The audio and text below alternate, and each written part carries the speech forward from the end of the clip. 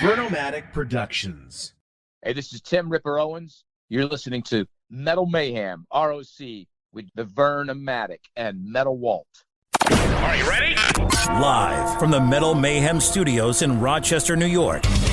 We are gold. And heard around the world by metalheads just like you. This is Metal Mayhem ROC. Heavy metal music. Your weekly dose of metal music, interviews, album reviews, news, and more. Want to be part of the show? Send us a message through our website, metalmayhemroc.com, or hit us up on Facebook and Twitter. Search Metal Mayhem ROC. It's getting nice and heavy. Now, welcome our hosts, John the Vernomatic Verno, and direct from New Jersey, Metal Walt. Good evening, everybody. Happy holidays to you and yours. Hope everyone's doing fine at this time of the year. Tonight, Metal Walt and I are giving you an early Christmas present with a special edition episode. We have an interview with Ripper Owens. Ripper has a brand new 6-song EP out called Return to Death Row. He put it together with Jamey Jasta and the Belmore Brother team. It's a kick-ass 6-song platter, in-your-face metal. Very, very good. We love it. We had a chance to tell him what we loved about it. He talks about how these songs came about, touring plans for 2023 for both his solo band and with just announced KK dates. It's a cool interview. It's coming up in just a second. But first, just want to remind you some exciting things going on at the Metal Mayhem ROC website. We have a review section now. Mark Zagatti, friend of the show, does reviews for other media outlets. Well, he's joining our team and he's going to be doing reviews for new releases. This week, the first one, it's going to tie into this interview because he has his review of the Ripper Owens Return to Death Row EP. While you're at the website, sign up for our mail list. It's our way of staying in touch with you. Download some past shows. Recently, last week, we had the authors of the book Jersey Metal, The History of the Garden State Heavy Metal Scene. It's a great book. It's filled with hundreds and hundreds of pictures. Chronicles the whole metal scene in Jersey from 69 through 1986, I believe. This is just a fantastic book. And a couple weeks ago, we had Chris Impellitteri. Now, Chris, old-time shredder, just got announced that he's part of the 2023 Metal Hall of Fame inductee class. So again, get up to the website, check all this out. Hey, Walt. Welcome to the show. What did you get out of this interview with Ripper? What I thought was really cool was it was like maybe Ripper wasn't looking for this one. This one kind of fell into his lap. He's buddies with Jamey Jasta, and through the years on a Motorhead cruise, they were talking about, putting something together that reminded them of the heaviness of Jugulator. And now that here it is on the 25th anniversary, they put it out there in the style of Jugulator. It works, man. Killer music, killer artwork, and Tim was just totally into it. Oh, I agree. And if I can, this is like a appetizer, the 6-song EP, an appetizer for what's going to come in 23, a full length with this recording unit. Exciting things in the Ripper camp. So enjoy this one. For Metal Walt, I'm the Vernomatic. This is Metal Mayhem ROC.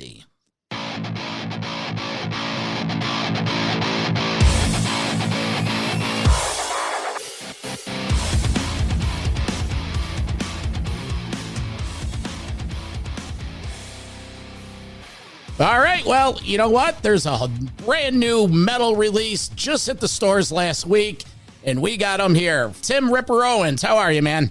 Good, guys. Tim, where are you? I'm in Ohio. I'm in Akron, Ohio area. The snow in Ohio's reaching us tomorrow. I'm up here in Rochester, so what's the weather like over there? Well, it's just cold. I haven't looked out. I get up early in the morning and go to the gym, and then I haven't. But it's kind of cold. It's getting colder as the day goes on and kind of dreary and dark and kind of a little rainy. Yeah, it's December up in the Northeast. We get used to it. Yes. Like to introduce you to my co-host tonight. Goes by the name of Metal Walt. He's down in New Jersey. There's Metal Walt. All right.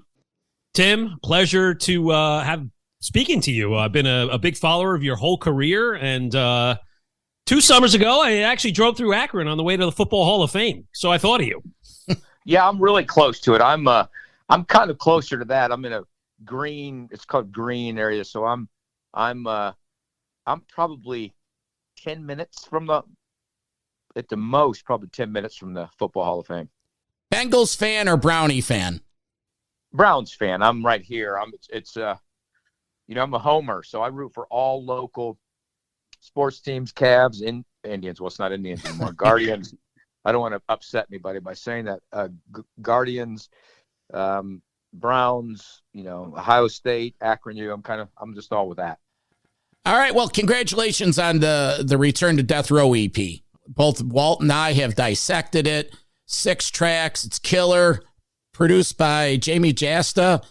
We have a lot of positive notes on it. I'm going to send it over to Walt, and we'll get going. Hey, Tim, so before we get into the songs, right, we want to talk a little bit about how you got associated with Jamey from Hatebreed and, just what was his involvement in this project. And then tell us, who are your musicians on the album? Well, Jamey and I have been friends for years, going back in the industry here. And I was doing the Motorhead cruise, and it's got to be 10 years ago or more. And somewhere in there, and I did Jamey's podcast on there, and he's like, man, you got to do something heavier and tap into that Jugulator vibe and the Beyond Fear vibe, and your heavy voice is so great. Use all your voices, but use that aggressiveness. And then we talked about it a few times throughout the years, and then last year he said it. He goes, man, it's 25 years of Jugulator coming up, so this is the time to do it. Let's do it. And he started sitting, and he did the Dee Snider's last 2 records, and I thought they were just so good. I mean, I was like, man, this is best stuff Dee's put out in a long time. And, I'm a fan of Dee, and I'm a fan of Twisted Sister growing up. So it was so awesome to hear those records.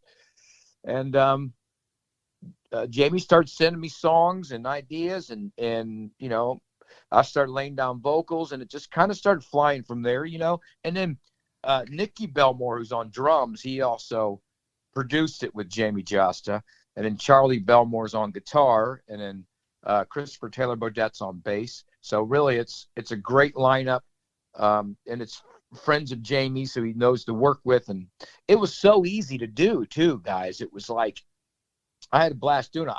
I would do a vocal part. They would send me songs the night before, and then I'd be the next. They would laugh about it because the next day by noon, we'd have a ding on our computer while we're in the studio, and they're like, dude, RIPPER'S vocals are here already. And they would just laugh about it, because it just came out easy and fun. The songs they're super really heavy. They're fast, and yet there's still melodic, and, your vocal performance is just totally killer. Before we jump into the 6 songs, I want to comment, because I think being old school, the album is just as important. The artwork, and, just to paint the picture, man, it's a caricature of you.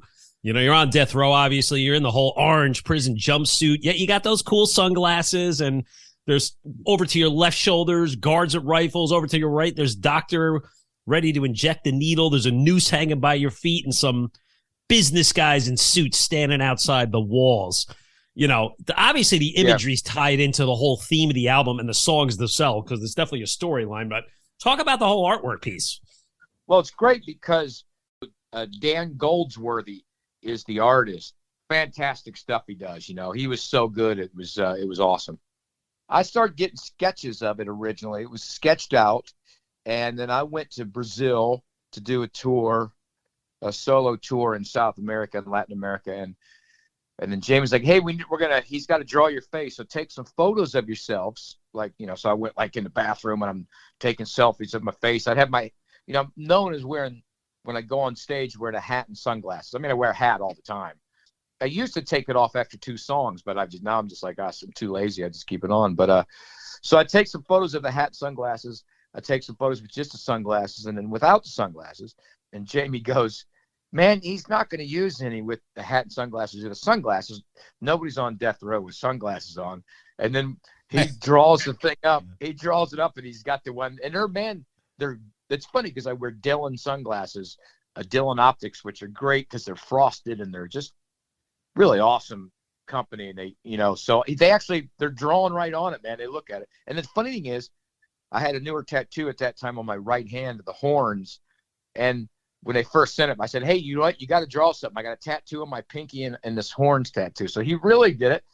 And originally there wasn't colors to it, and then as it went on, it almost became a nod to the Shocker cover from the old movie in the 80s. People keep saying it like we don't know this. They're like, oh, it looks just like a Shocker. One guy's like, oh, you're copying. It's like, no, it ended up being, listen, I'm in an electric chair. There's not a whole lot of difference you can do between the Shocker cover and what we did, because it's a guy sitting in an electric chair. You know what I mean? It's like, so as we went on, he's like, well, just put the orange jumpsuit. So it's kind of a tribute to that, because, I don't have the helmet on like the Shocker cover. I don't, it's different, but it's still kind of a nod to it, but the artwork is fantastic, man. It's so good. I was so happy with it. I just thought that it was really what needed to be done, Yeah, it's fun. And as soon as you look at it, it's exciting. That's the thing. And it's a great compliment to the exciting music. 23 minutes, 6 tracks. First track, Die While We're Alive. Okay, it's a killer opener. These are my notes. Starts off with a token Ripper scream. The music is simply brutal on it. Lots of fast drumming. I like the lyrics. If we have to die, we're going to die while we're alive. Great opener. What's it all about? It's funny because not only was it the opener, it was the first one that I'd sang when we were working on them. And I just thought it was so good, because I grew up listening to Priest and Dio and, Maiden and Sabotage and whatever. But I also listened to Anthrax, Testament, Slayer, Death Angel. So I was into everything. And we wanted this record to be true to me, right? We wanted it to sound like Ripper. And that's what this song does. It comes right out of the gate, like you said, with that high note and just in your face metal. And what you'll notice with all of these songs are the choruses are very catchy and melodic. So even on this one, if you're gonna die, it's got that whole catchy chorus vibe, which I like. Oh, yeah. There's a theme building with, this album, the sequencing. The first one then goes right into Embattled. Heavy and fast, a real headbanger. Tim, I love the high range achieved on the word embattled in the chorus. It's just like you said, I hate to say toe tapper. And it's catchy. And, embattled brings it down a little bit. You know what I mean? It's not as fast like Die While We're Alive. It comes back down and it's not as fast, and it's a little bit structured different. But it's funny because those high notes, every one of them, I laughed at Jamie. I said, I did those every high note on that embattled part. Well, most of my high notes actually probably are done on first take, but I did them and doubled them, every one of them on the first take. I just did it one time and it was it. So I was feeling pretty good about it, So, but yeah, embattled. And that was the first video we released, which is on YouTube. Everybody can go see. It's pretty awesome. I'd like to comment on the next two songs, The Night and in parentheses, Take It Back. To me, this is what I say is this is the ode to the band Overkill, my Jersey brothers. It's a thrash song all the way through, yet it's catchy, got that really memorable main riff, and I love that lyric. You had your time, nothing you can do to make it right. And then you got Silent Cage, which is the next one, right? Now, this one's sort of the outlier of the album. It's really melodic, and it's like a heavy mid-pace song, a really great guitar solo, and it stands out compared to the others. And I like the vibe of these songs. I think there's a theme here about, as somebody's going through some struggles here, you got to remain strong, you got to take a stand, and even stand in silence while the odds are not in one's favor. So cover off on those two songs. What are those about? Well, yeah, and Take Back the Night, actually, that's what it was originally, I think, called Take Back the Night. The Night, I'll tell you about recording it. That song, it's funny you said Overkill. It's the first time I heard that. It's a funny song because every time someone mentions it, they mention a different thrash band. It's hilarious. It's like, but it's nailed. The point I said, it sounds like it reminds me of, except vocals, Megadeth. It has this Megadeth vibe. And then last night, as I was driving down the street with my brother, I cranked it up and I said, it also has an Anthrax vibe. And it's funny because I was a huge Overkill fan, still am, just, and, so that's exactly what that one is. You have the vibe of that. And you talk about silent. Here's the thing: we have 6 songs on the record. We wanted to come out and punch people in the face, and then also give it some light and shade. When you only have 6 songs, we're going to be doing a full 10-song record coming up here pretty soon, and then you can put a few more of these because it still goes with the record. The song still goes with it. It reminds me a lot of a song that could have fit on a New Revenge record that I put out a few years ago with Carrie Kelly, which was a very successful record, but it was more of a hard rock, easy heavy metal, hard rock, catchy record. That song sounded like it, but vocally it's still the same. It's still got the melodies and the same vocal style. And as I always say, it's more of the song that you try to suck people in with, but it's still heavy. Those guitar riffs are heavy, man. It's so heavy. But those 2 songs back to back are awesome. Oh, I couldn't agree more. Verno, talk about the next song, Heroes Dare. Heroes Dare. What I have for that? You should have it's Ripper's favorite on the record. There's a new one for you. Oh, well, there you go, because it says, sweeps to life with a rumbling growl. Owen takes center stage. Why is it your favorite? Well, I think it's got everything. It's got that old school feel of definitely the bands I used to listen to that moves along, the guitar chugging, and the melodies in that song are so great, how it just climbs up and down the notes go up and down. And like you said, the high notes in the background. And I think the melodies of it, when you get into the chorus, are just amazing, man. I think it's, that record's right in the mid. That song's right in the middle of the record of songs. It's you probably have Silent Cage, and this one's closer to like an Embattled, but the melodies and the way it goes, I think it's pretty awesome. Is that a testament to what Jasta's doing as the producer, taking your vocal style and finding that right combination of, maybe pushing you a little bit in a combination with the band? I don't know if he's listen. He definitely should get credit for all of it. Pushing me. Listen, he knows what to get out of me.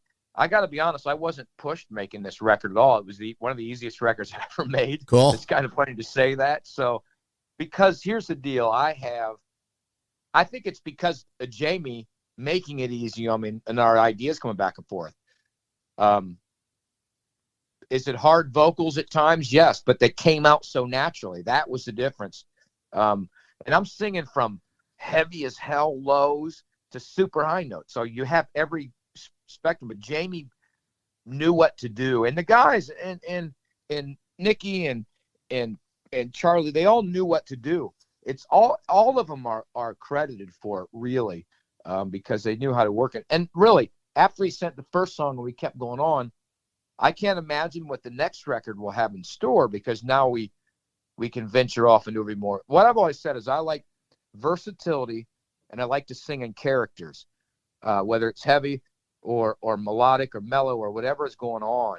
I like to do it that way. So if it needs a death metal thing underneath of it, I like to do it. If it needs clean and some kind of sissy 80s band stuff, I'll do that. Whatever it needs to make the song good, I love to do it. So those guys get full credit for everything, and when I say something's easy to sing, it just comes out easy. Listen, it might not be that easy to sing live now. That's the only problem. It's like all of a sudden I have the hardest stuff for me to sing in concert, besides Ronnie Dio's stuff, is my own stuff. Like singing the classic pre-songs, those are a piece of cake usually. It's my stuff because I take myself to the limit and I don't realize I do it half the time. Then I get done and I'm like, oh man, damn it, I didn't put a breath there. Now I'm really in trouble. Before we get to the last track, which is my favorite of, if we're talking favorites, let's just quickly talk about working with Charlie and the rest of the guys in the band. Have you ever played with them live?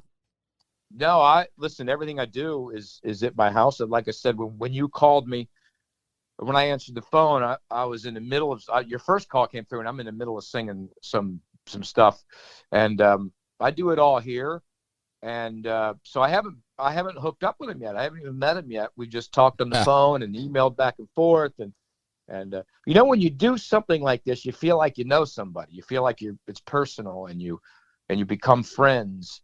And so that's a big deal, and makes you really look forward to doing more stuff.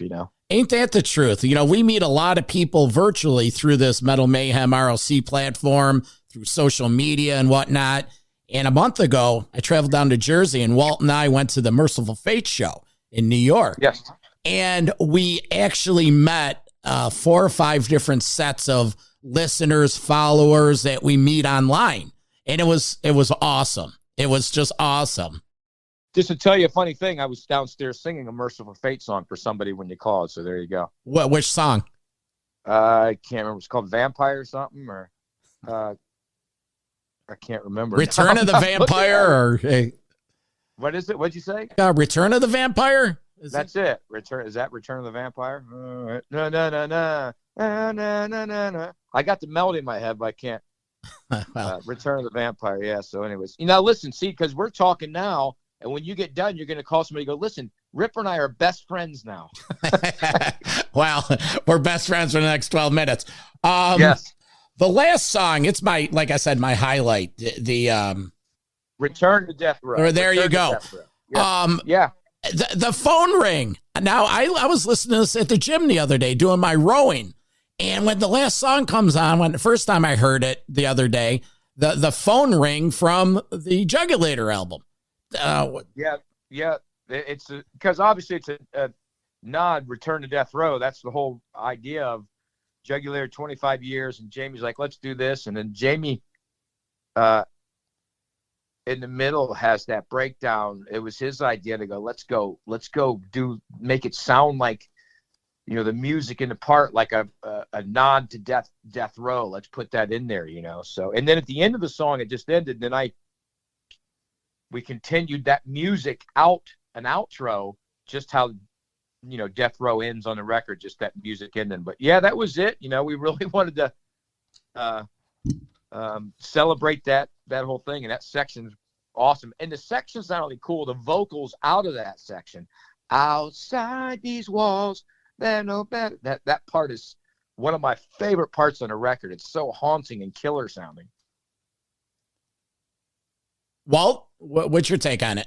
You're about to say something. It's my favorite song on the album as well. And obviously, when you see the whole theme of the album, from the artwork to the song construction, listen, Tim, I'm going to be honest. I was a massive fan of Jugulator at that time.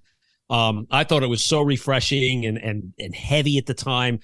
And I'm going to jump out of the new album because I think it's important for us to ask you a few other questions, right? So, as I mentioned, I've been a big enthusiast of your career, and I'm like the guy at Metal Mayhem ROC that goes to 10,000 concerts a year.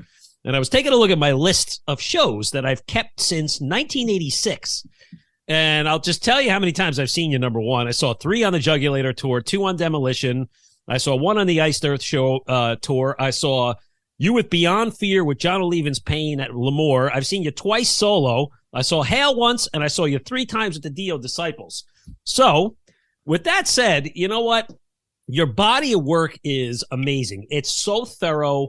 When you get out on the road, and I will say this, the last time I saw you was the first show right after the pandemic. You played a little bar in Jersey called Artie's in Frenchtown. And it was totally killer because you sprinkled in all of your career, the different aspects. But I know you have a big fan base outside of America, South America, the EU, Eastern Europe. How do you take your whole career body of work and put it into a live setting? Yeah, it's pretty tough because I'll tell you what the tough part is. First of all, I want to say one thing about Return to Death Row. That there's a video of that song, a lyric video that shows all the artwork in it. It's on YouTube as well. So if anybody, you talk about the artwork in that song, check out that. It's such a great lyric video with the artwork. It's awesome. Anyways, it's hard to fit it all in. I'll tell you why. People, they want to still hear me sing some of those classic Priest songs that I played as well. So you have to throw in, because some people come, you got to throw in Metal Gods and Living After Midnight and every now and then as well, which is still fun to do. Usually I grab the guitar and Living After Midnight and have some fun, but it's really hard when you have so much especially like me, Beyond Fear, my solo record, my new solo EP, A New Revenge, which I might have played one of those songs at that show. It's really hard to do it all. Iced Earth. I usually do it. Sometimes I do an Iced Earth medley, but I always do When the Eagle Cries. But I love playing the Judas Priest era stuff. 101, Hell is Home, Burn in Hell. I love to do them, and sometimes I'll do more of them. Sometimes I do a fun set. I try to make it a fun set for the fans, all the fans, not just one. There's always someone who says, just play your own stuff, or don't play any classic Priest. I'll throw in Heaven and Hell in there as well. I like to do a set that is fun and everybody likes, and also isn't too long, an hour and 15, hour and 20 at the most, where people, are ready. They're like, okay, that's good. And, but it's hard to do when you got a career like mine. People are always like, you need to do more Beyond Fear. I haven't done as much Beyond Fear. I'm probably going to put Scream Machine back in. I definitely need to do that. But I love to do it. I've toured other places. One time I did a tour and we opened with Jugulator. We played Burn in Hell, Bloodstain, Bullet Train, Dead Meat. We played 101, Hell is Home, Machine Man, Lost and Found. It was like Scream Machine. It was a brutal set, but sometimes you just like to do sets that everybody enjoys. That segues into, I have a listener question. Mark Zagato of Ohio, no less, asks, all right. He goes, ask Tim, any plans to release Winter's Bane material, or what is up with the Winter's Bane platform? Probably not. I tried to do it years ago, but there really wasn't interest from labels. So, that kind of shows you a lot of things. Because I'm not going to do it for free. I'm not going to pay for it to do it myself, and I'm going to have to make money. That's how I make my living. Yeah. I would love to re-record Heart of a Killer, because I'm so much, I listened to that singing on that record. I'm like, yeah, it's, I got high notes. It was all right, but there was no feeling in the vocals. Compared to how I sing now, there's no rasp. There's no, it's great vocals, but I'm a much better singer now. So doing that record now, redoing that record now would be awesome, because it would have so much more feel, so much more low end, so much more rasp. I'm much a raspier singer now, and it would be great. It was a great record, but I don't look for anything to happen from it, to be honest. But you never say never. What would be great is if I could make a record with a cool idea would be to do a record that's got two of my favorites from Winter's Bane, two of my favorites from Beyond Fear, two of my favorites from my solo records, two of my favorites from the Judas Priest era, two of my favorites from Iced Earth, and just kind of make a record of like that. That would be kind of cool. All right, Mark, there's your answer. So don't hold your breath, Mark, but it's great stuff, and it's good to have fans like you that love it. I signed those records all over the world. Hey, Tim, you know what? We know we're a little short on time today. We'd love to get you back on the show and have a deep dive of your career at some point, but we got a couple more points you want to cover off real quick. Yeah, that's all right. There's some news hit Blabbermouth today that KK's Priest is finally going to get out on the road. They're actually playing in a festival called the Alcatraz Festival next summer in Belgium. I guess this was a long time coming, and I remember at your solo show 2 summers ago, you kind of, making fun of that whole thing, saying, man, that album's great, and I don't know if we'll ever get to see it out on the road, but here it is finally. So talk about that for a second. Well, it was, the plan when we made that record. I finished my vocals like 2 weeks before the world shut down. I was in England recording it, and just got home. And, the plan was originally we had shows booked, festivals, this, that, and the other, and we were going to be going out in the summer. It was going to be all touring and craziness. And then it just all shit hit the fan in the world. And by the time we came out of the pandemic, the album was released a year later or whatever. I don't even know what that happened with that. And by the time we come out of the pandemic, it was hard to get it rolling again, because the tours that came back out there were tours that were booked pre-COVID, and it was just not, it just wasn't working out how we wanted it to work out, because if they were still like, by the time we would have been able to hit the road and start booking stuff, Ken was like, let's just do another record, let's start working on another record. So, I just finished vocals yesterday. I hope was in the last song for the record. I'll probably end up redoing a few parts, things here and there, but the record's pretty much done now, needs to be mixed and everything. And so that's why now we're going to get this record out, the new record, and now we can tour behind it. Now we got 2 records, and it works out better this way. We have 2 records we can tour with. You know, and we'll go out there and tour, and I'm certain we'll be playing some Jugulator and Demolition stuff, and, you know, love to get KK to play a couple, you know, classic Priest that he wants to play, whether it's Sinner, because he can go off with his guitar playing and what he's next. So it'll be great. Yeah, that's going to be awesome. I work for a company in Belgium, and one of my managers actually went to that festival a couple years ago. So you never know, man. You might see a Jersey boy yelling out your name at some point next summer. We might, because I've been told by, you know, Sean from Three Tremors just now that's his favorite festival to play. You know, we've played all of them from Vakken to you know, Rock Hard to Grass Pop to Download Festival, and Sean's like, man, that's my favorite festival, and I've heard that from a couple people, you know. Here's one that, and maybe you're not going to be expecting when we're going to talk about it. So through the whole heavy metal connection and the whole, you know, world around us, it's a small world. We were recently informed that when Mark Tornillo of Accept fell ill on the fall tour, that your number was on speed dial, and you were actually considered to get out there and replace him. Was there any truth to that? And did you actually get a call from the Accept camp on that? I actually did. I was Wolf called, but he texted first. I don't even know if we ended up talking. I don't think he called, because he had texted and said, "Hey, what's up? Give me a shout." And I said, "All right." I said, "Hey, I'm in Australia." So it was about 6 a.m. I said, "I'm having my coffee. Let me have my coffee and get my bearings, and I'll call you back." He goes, "What?" Okay, he said, "Well, that answers my question." He's like, "Mark's sick, and we're going to see if you could come sing," because he knows I'm on the East Coast, and he's thinking, this will be easy for Ripper to come here and sing some songs. And so that was right when it started happening. And I said, unfortunately, I couldn't. You know, I was in Australia. Last thing I have to comment and let you get going. The Nickel McBrain Rib Place performance down in Florida. And yeah. What are your plans for 23 in touring besides KK's? Well, the Nico thing's fun. Nico calls me and says, "Hey, I did it before 2019 or somewhere in there, I think." You know, he's just called up last minute, said, "Hey, you want to come down here and come down, sing some songs, hang out?" And, you know, he's such a great guy, good friend.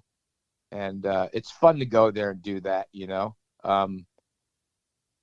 And Carmine Apiece is just a class act and funny as hell, and I had a blast. You know, we had an autograph line afterwards about 3 hours long, and sitting next to Carmine made it easy and fun, because he just talked, and we talked all night sitting there, you know. And you think we'd be complaining about sitting there for 3 hours, but it was great. But it's fun to go down, you know. I did a little bit of Flight of Icarus, I sang, a Rat Child, and we did, you know, to have fun. And the crowd, it was amazing.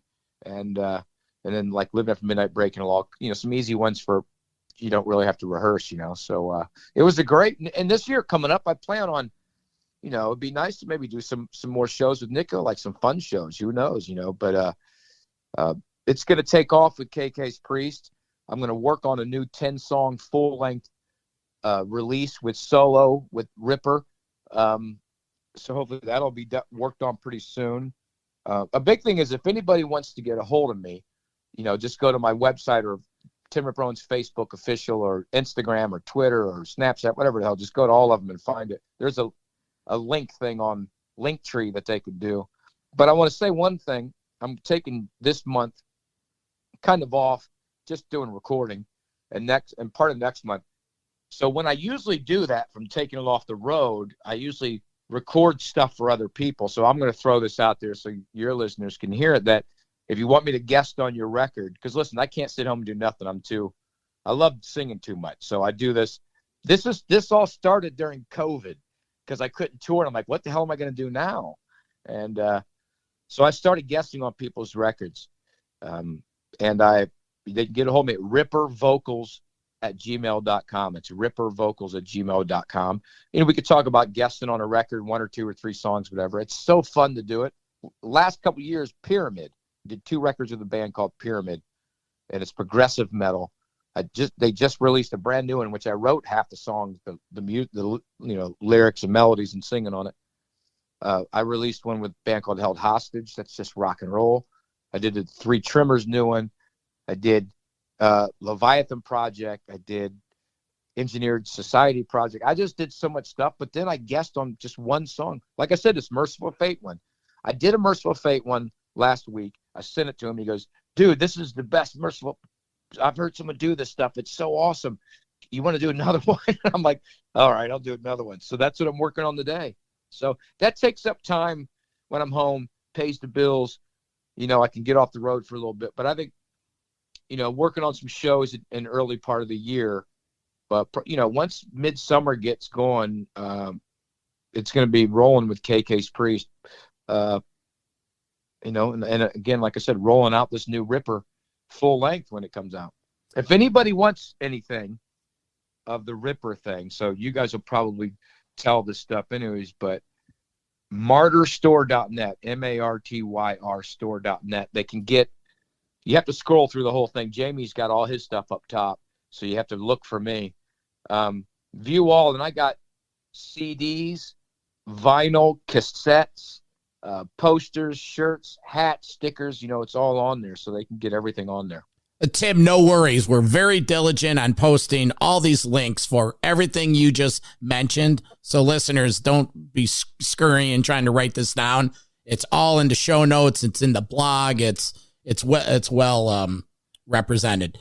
And just a fact check. Correct me if I'm wrong.